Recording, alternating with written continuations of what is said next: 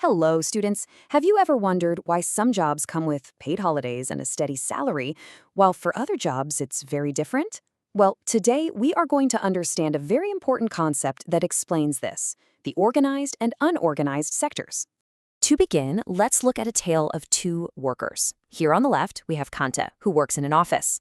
And on the right, this is her neighbor, Kamal, who works at a local grocery shop. Just by looking at the pictures, you can probably tell that their work lives are very, very different. And these differences are really at the heart of our discussion today. So here is our plan for today. We will start with Kanta and Kamal's story. Then we will understand what these sectors are. We will compare them side by side. After that, we'll talk about why some workers need protection. And finally, we will have a recap just for your exams. Okay, so let's dive into their story. Really understanding the contrast between how Kanta works and how Kamal works. That's the key to understanding this entire topic. Now look at this. The difference is so clear. On Kanta's side, everything is about stability. She has fixed working hours, a regular monthly salary, and a safety net, with benefits like a provident fund for her retirement and medical coverage. She even has a formal appointment letter, which gives her job security. But now, let's look at Kamal's situation. His hours are so long. He gets paid daily wages, which means if he doesn't work for a day, he earns nothing. There is no paid leave, no holidays, no benefits, and absolutely no job security. It's a huge difference in their work lives, isn't it? So, the differences that we just saw between Kanta and Kamal's jobs, well, they aren't just random. They actually form the basis for how economists classify the entire economy into two different sectors, based on these very employment conditions.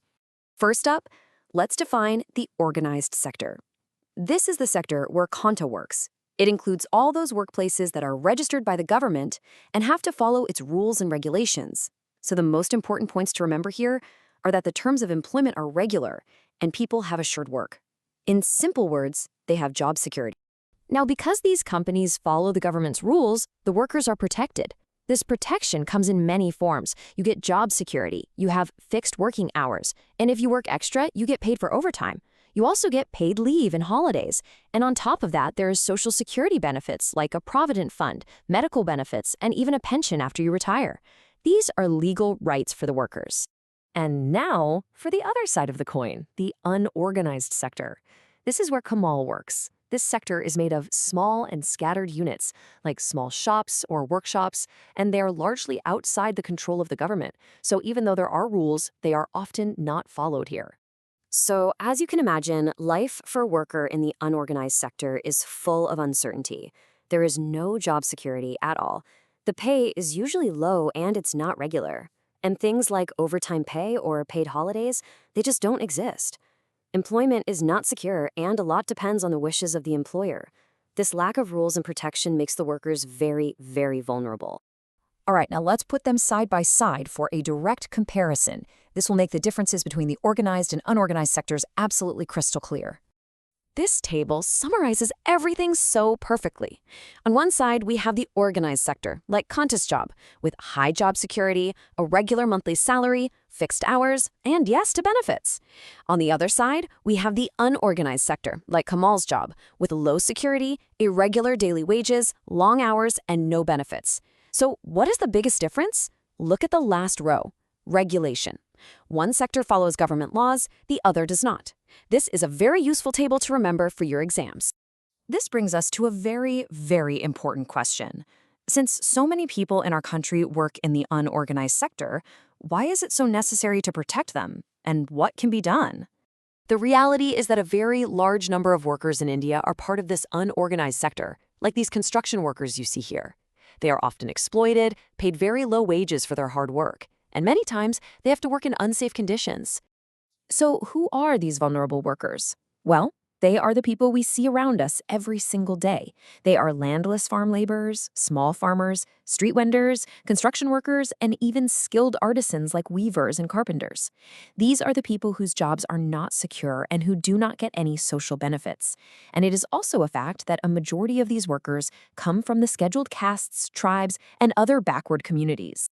So the most crucial point to understand is this: protecting these workers is not just about helping individuals. It is absolutely necessary for the economic and social development of our entire country. A country cannot truly progress if such a large part of its workforce is left unprotected and vulnerable. So, what can be done? Well, the government can take several important steps. First, it must enforce labor laws to ensure minimum wage and safety. Second, it can provide social security schemes for health insurance and pensions, creating a safety net. Third, it can support the small businesses themselves. And of course, the long-term solution is to create more and more stable, organized sector jobs for everyone.